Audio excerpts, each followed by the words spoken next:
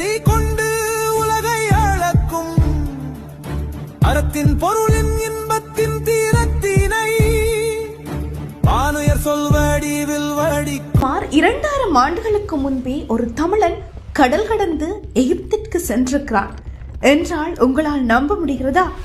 அதுவும் வெறும் வணிகத்துக்காக மட்டுமல்ல, அங்கிருந்த பிரமிட்டுகளையும் கல்லறைகளையும் சுற்றி பார்க்க ஒரு சுற்றுலா பயணியாக அவன் சென்றிருக்கிறான்.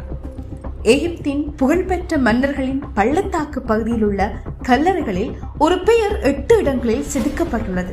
அந்த பெயர் சிகைக்கொற்றன். சங்ககால தமிழுக்கும் தமிழர்களின் உலகளாவிய வணிக தொடர்புக்கும் இது ஒரு மிகச்சிறந்த சான்றாக மாறியுள்ளது. சிகைக்கொற்றன் வரக்கண்ட, அதாவது சிகைக்கொற்றன் எங்கே வந்து பார்த்தான் என்று அங்கு பொறிக்கப்பட்டுள்ளது. சிகை என்பது அவனது அழகிய குடும்பியையும், கொற்றன் என்பது அவனது வீரத்தையும் குறிக்கலாம்.